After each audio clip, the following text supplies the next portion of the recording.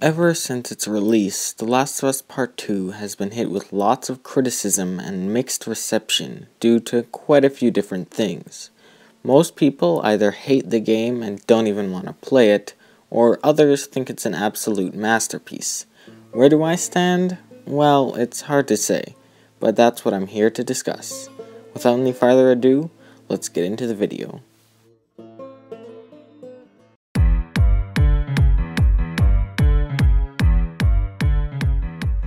Oh yeah, so before we start, major spoiler warning. If you don't want the game spoiled, don't watch this video. Anyway, let's begin. So, The Last of Us Remastered is my favorite game on my PS4, if not my favorite game of all time. I replayed it before the release of the sequel, and that just cemented what I already thought. It was the highest quality of video game storytelling and characters ever, in my opinion, with some very solid gameplay and exploration to back it up. So, as you can expect, I had very high expectations for the second game. Believe it or not, I wasn't actually planning on getting the second game for a while. I was planning on saving my money for Ghost of Tsushima, but then, well, the downfall started happening. All the controversy started with the leaks. Not long before the game was set to release, huge chunks of gameplay and story were leaked. To be frank, I hate leaks. They're just so annoying, and people who spoil stuff are just awful. Anyways, because of this, I decided to pre-order the game to try and avoid as many spoilers as possible. Did it work? No, but I did my best. In the end, the only information I knew was that Joel was killed by someone named Abby. YouTube literally recommended Joel's death scene as a video for me to watch. Great. The only other thing I knew was actually that Ellie died, which turned out to not be true, thankfully. I had my doubts about Ellie dying, but I was very devastated to hear about Joel. To be honest, it does kinda make sense though. He's obviously done some very horrible things in his past, even things that we didn't see in the first game, so we kind of had it coming for him. Although it didn't really affect me until I actually saw it happen. Watching that cutscene and everything about what led up to it was just so awful. Playing as Abby, avoiding the infected, I knew I was leading her to kill Joel. I just hated it so much. Anyways, I'm getting ahead of myself. Overall, this is where all the criticism started. Joel is killed by some random character we know nothing about in an awfully brutal way. We were led to believe that Dina or someone else was gonna die, but no, Joel. So I was rather devastated by Joel's death, but I still had hope for the game. I was only 2 hours in, and there was still a lot to offer. I think it's wrong for people to completely judge the game just on one event, but that's not to say I thought it was a masterpiece. Pretty much everything I disliked about this game had to do with Abby. To start off, one big thing that annoyed me was the advertising. Without the leaks, we wouldn't have known anything about Abby, let alone that you play a third of the game as her. It's just so weird. They advertised it so heavily to be Ellie's story, and then have it focus on two protagonists. I mean, who's on the cover? Ellie. Who's the trailers about? Ellie. The description for the game literally only talks about Ellie's journey. It doesn't even say Abby's name once. I was expecting to play as her, but if you weren't, that would kind of be a huge ripoff. Anyways, let's discuss actually playing as her. Okay, so if there's one thing that almost all the people who play the game can agree on, it's that Abby's section is the worst part of the game. It comes at such a high point of tension. Jesse just died, and now Ellie and Tommy are at the mercy of Abby, who we only know for killing Joel at this point. To be honest, when I saw Seattle Day 1 slowly fade in, my heart just dropped. I knew it would be a while before I would get to go back to Ellie. So yeah, then we got to go to Abby's section of the game. I didn't like it. It easily could have been shortened a lot, and I really wish it was. I would say I didn't like it at all, but then the Scar Island chapter was actually pretty cool, not gonna lie. But apart from that, I didn't care whatsoever about anyone. Abby just wasn't as interesting as Ellie to play as, with her boring stealth kill animation and actually having to craft shivs again. And the only ally I actually enjoyed playing with was Lev, about the only character on Abby's side I actually cared a little about, partially because he saved Dina. So even though I didn't like the section of the game, I do understand what Naughty Dog was going for. They wanted us to hate Abby for killing Joel, and then they wanted us to gradually start to understand why she did it and make us question if we should really hate her and if she had the right to kill Joel. As I said, the first game is one of my favorite games of all time, so I really just couldn't forgive Abby at this point. No matter how much the game tried, she killed Joel, and although I get why, I never cared for her or her friends. They tried to use Lev to act as Ellie like in the first game, but it just wasn't the same. Okay, so now that we've got all past that, let's move to the end. Should Ellie have killed Abby? As I just said, yes, I believe I would have liked it a lot more than what happened. I don't know, you go the entire game killing so many people, and just so you can finally kill Abby, and then Ellie just doesn't. All those wolves, scars, and rattlers died for absolutely nothing. I believe that the ideal way to do this would have been to give a choice. I know that's not really what The Last of Us is, but you're not supposed to have choices, but I don't know, at this point, there really should have been one. I don't know, maybe if you choose to kill Abby, we get a flash forward in time and see Lev hunting down Ellie and inevitably killing her. And if you choose to spare her, we get the ending that we got in the final game. The main problem with this is what happens next. The Last of Us Part 3, I mean. Will they go down the option that Abby died, or will she be spared? Honestly, I think the series is at a point where they either have to end it all, continue with other characters, or, in my ideal opinion, do a prequel based on Joel and Tommy after the initial outbreak. Ellie's story is over, and I wouldn't care for a game based on Abby and Lev bringing back the Fireflies or something. Well, that is most of my negative thoughts about the game. I believe that a lot of them could have been avoided by mixing things up quite a bit and changing the pacing around. Instead of having us instantly hate Abby and not even explain why she killed Joel in the first place, maybe start the game with the zebra sequence and Abby's father getting killed. Although some of the pacing was actually pretty impressive. I find it very interesting that Naughty Dog didn't reveal that Ellie knew the truth about what happened at the end of the first game until later in the game. So yeah, that's all the stuff I didn't like about The Last of Us Part 2.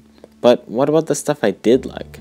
Believe me, for as bad as some of Abby's stuff is, there's still a lot to like with the rest of the game. Okay, so to start off, even though some of the stuff that happened in the story was questionable and pretty stupid at points, I do admit that the storytelling and writing were pretty phenomenal. The game plays with your emotions so much, it's actually pretty insane. Being happy is not always something that happens too often, but feelings of anger, stress, sadness, all sorts of things were always around. So some of the cutscenes were really beautiful or brutal, and I really did enjoy lots of them. Oh yeah, so with the storytelling, there are a lot of flashbacks in this game, some of which were my favorite parts of the game, and some of which were boring and I didn't care for. All of the ones with Ellie, surprise surprise, were really wonderful. The apartment one was kind of meh and not important, but who cares. The museum one was my favorite section of the game, and it gave me so many memories of the great chemistry between Joel and Ellie that was present in the first game. Plus all the Jurassic Park jokes were great. I'm a huge fan of that series. It was funny, heartwarming, and rather impactful at the end. Overall, definitely my favorite story scene in the game. The one with Ellie finding out the truth was pretty great too, even if it was rather sad. It was a great performance by both actors though. Even the rather boring one with the apartment gave me a glimpse of what I expected the game to be like. An older version of Ellie traveling around with Joel. And then the ones with the aquarium I didn't care for, but as a whole the storytelling was rather great in this game. So now, the gameplay. The first game was always a little questionable with repetitive third-person shooting, but I honestly always thought it was great. And oh man, this game is even better. I mean, if they managed to mesh the story of the first game and the gameplay of the second, that would be like the best game ever. So anyways, what makes the gameplay so good? Quite a lot of things actually. Well, it's essentially the same as the first game. Lots of smaller mechanics were added to make it more interesting and complex. Ellie can now dodge close melee attacks and go prone to hide in grass and get more precise shots. I honestly don't think I can discuss everything new, but it's just so good. There's way more melee weapons, all with their own brutal animations. Human enemies can have dogs that track you down. There's a new type of infected, which doesn't really make much sense, but who cares. Bloaters and stalkers are more terrifying than ever. I mean, there's just too much. The combat is also the most brutal I've ever seen in a video game. There's just something about it that's actually scary, how real everything feels. People's limbs blow off, they have gunshot wounds where you shoot them. They realistically lose blood in water, their brains slide on walls if you get a headshot. They call out the names of their fallen comrades. Wow. When you kill someone, it makes you feel like you actually killed someone, not just some random bandit. In most games, you go up to someone, shoot them in the head, and you're done with it. You never think twice about it. In this game, it's so awful, you just feel the enemy struggle. Some people you kill will have their last breaths spitting out blood and an awful gurgling sound. It's just so brutal. And then, when you play as Abby, you recognize the people that you killed before you killed them. You see them doing everyday things, one of the only good parts about Abby's section, actually. So yeah, it's brutal, very brutal. Don't expect some kids game with no blood and violence. I don't know why you expect that anyways. Apart from just the mobility and combat, outside of combat, there's a lot of things to mess around with too. You use ropes to solve mild puzzles, and you can find safes and crack them open with hidden codes. But clearly, the best new mechanic is breaking glass. I broke as much glass as possible. It's the most satisfying thing to do. One thing that this game did quite a bit was mix both scrounging for supplies and combat. You'll be gathering scissors 1 second, and the next second some dude is on top of you trying to choke you. Some of the stuff they did was seriously cool, like that one part where you're at a workbench and someone just jumps you from behind. With all the combat and exploration, the world obviously has to be pretty neat enough to explore, which it for sure is. The world is beautiful, the graphics are stunning, definitely the best realistic graphics I've ever seen in a game, and I'm not even playing on the PS4 Pro. The details in this world and on characters are amazing, and so tiny it seems odd they would even put them in.